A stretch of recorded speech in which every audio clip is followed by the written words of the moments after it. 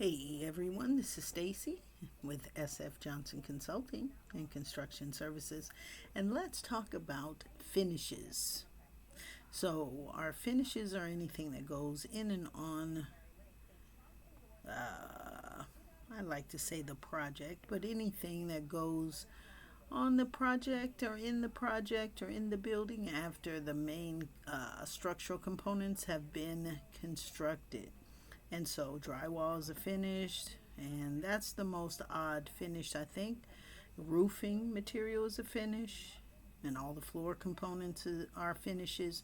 And so we want to go over this set of construction documents for the Brunswick location because some of the finishes, every set of plans, it's not great. And so, just want to note some of the inconsistencies in the plans. And so, the finish contractors will always want to look at the interior elevations and the finish plan. And so, in the finish schedule, of course, let's look at the finish schedule. And so, the finish schedule is going to give us each of the rooms and tell us the floor finishes and the floor and the base, and then all of the walls north, south, east, west, and then the ceiling, and then any remarks. And so we can basically, been doing this forever, so I know I need to do, after I've done three of these, pretty much the same thing. Everything is sealed concrete, which I've chosen as epoxy. And there are some things that are not clear, and so you have to make assumptions but then note the assumptions in the estimate or just exclude what isn't clear. So the finish schedule, and so we go to the finish plan where we're going to make all of the measurements. And so we start here where we do all of the measurements for the bases. Pretty much everything was a rubber base except for, I don't know why we did that different, except for the bathrooms, pretty much. And maybe I was doing some other, let me see, what is that blue for? Oh, closet paint. Okay, and so, too, if you're ever confused about, because here you can only do how many linear feet closet paint, but if you don't know the height, usually the reflective ceiling plan will give you the heights of the ceilings in every room. And let me see if I can find that real quick. A good reflective ceiling plan will give you the finish, which is, we can tell by the finish, is very few painted ceilings. So we know that the ceiling, even if there was no way to determine the height from anything else, if there were like no section views or whatever, just go to the reflective ceiling plan, and then that's going to tell you the height of the ceiling. So you figure you're going to paint the ceiling to the height, right? You're going to paint the wall to the height of the ceiling. And so you have to go through and do each thing individually because the height of the ceiling in the IT room is 9 feet. But then the restroom, we know we can exclude that because that is, I think that's, we don't have to worry about that as far as the ceiling component, because everything here is acoustical ceiling tile. But as far as the paint, I believe the bathrooms are all tile, and I believe that, but they give us interior elevation views for the bathroom, so we don't have to guess. But usually you have about 3 to 4 feet of wall that needs to be painted above any bathroom, where the like 7 feet of, if it's a 9 foot, it's probably 6.5 feet of tile, and the rest is paint. But this one's pretty good because we get some interior elevation markers. But again, if you can't determine the height of the wall for your paint, if it is painted, you can always go to the reflective ceiling plan. Kind of got off on that one, kind of. So, two finishes. You're going to look at your door schedule because you need to know, and I specifically marked which doors I'm staining as opposed to the doors that I'm painting. So if you're the finished person, yeah, interior elevations, exterior elevations, the door schedule, And then if you are to paint the window frames, you can use this to measure the lengths. So that's good. Okay, so let's go back to finish schedule. So here's everything that we're going to do per room, and then all of the marks are given to us here. RB's a rubber base, ACT, and all of ours is 2x2. So you know what each thing is. Carpet tile, we measure that by square yards instead of square feet. So you have to convert once you do the measurement, divide by 9, all of that. And so did all the measurements. So the epoxy was this area, all the concrete. Then we had the ceramic tile, was all of that area. And then we had carpet tile and the luxury vinyl over here, and plywood. Now plywood is all of here, but it didn't tell us that we're doing anything to the plywood, so we just measured it. Because the plywood is just the flooring, it didn't say we had to stain it, anything, so there's absolutely nothing included for that, including, but we did include the rubber base for that area.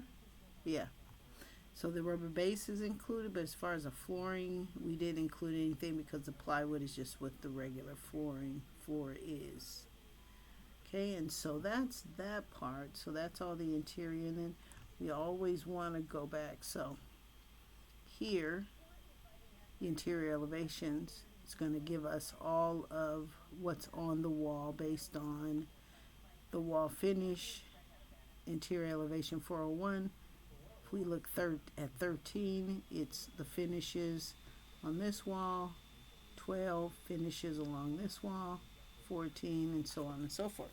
So if is for future reference, if you're looking at the finish schedule and there's a room like this room with no interior elevation, that I'll exclude it, because that probably means there's nothing that's going to be done. But then you go to the finish schedule, and that is the mezzanine, and I believe they don't even give this a name, so we don't even know what that is. So is it a good set of plans saying just ignore it, or is it a bad set of plans? We had to do something, but it didn't tell us what to do. So I just left that alone. Only gave it the base, no finishes on the plywood floor. Okay, and so you got the doors. You got to see how many you have to paint, and then you want to look at your exterior elevations. And so here's the outside of the building. So you kind of want to know, okay, is there a finish I need to be aware of? So quickly, I know that the metal panel for this building is excluded as far as what we need to do. So we've excluded that. Brick veneer, new paint. So we would give that a square footage for we have to paint the brick. So everywhere we saw new paint, we measured that and we applied that to the estimate. New lights, that be on the electrical.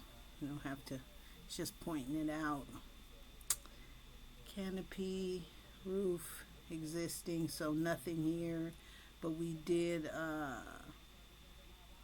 set a cost to paint the gutter systems, all existing and all new. And yeah, so, but everything here was marked. See C's and D's and Y's, but in the areas that there were no marks, we did not apply any kind of finish. We didn't put anything as far, so all of this, there is no cost for painting, for anything other than the doors, so that should be noted. Okay, because there were no marks here, assumed, it may be by mistake, but everything here is excluded. If the mark isn't there, then we just excluded it, because it's too confusing to try to figure out, okay, is this the same as this? No, because the texture, see, it's a different type of finish, so that's not the same. And that's the roof, it's not the wall. And so, yeah, all that gray has been excluded in terms of, is there any paint, any kind of finish, any cleaning, anything. So it's just better safe than sorry, because that would really increase the cost for not really sure if we're doing anything. Then it can be clarified later. But everything that is marked, there is a cost. These are all the downspouts and all the gutters. And so, in terms of finishes, you want to look at the finish schedule, which we did. Look at the finish plan, interior, exterior elevations, do your measurements, and match it up. And then, let's see. This is it for this location. Yes. So at the end of the day, these are our totals. All of our subcontractor prices, so that includes material, but we can break it down into individual painting, as we've done before in a couple of videos. But this is a subcontractor price, that's why there's no labor. This includes material and labor in that one price per square foot. And then the other items for the finishes, so we added the coffee bar and placing chairs and the refrigerator and a couple of other things, the bathroom grab bars and all of that. And then the end of the day, before overhead profit, not too bad. So if you have any questions, please email me directly at education@sfjohnsonconsulting.com. Tell me what you think. And this is the last video for today, which is the 14th of November. But for today, the remainder of the week, there'll be a ton more to go over each of the takeoffs and the estimates, to clarify anything and to give you tips and hopefully help you become an excellent estimator. Never rush anything. That's what I've learned over these years. But give me your thoughts, and I will see you on the next video.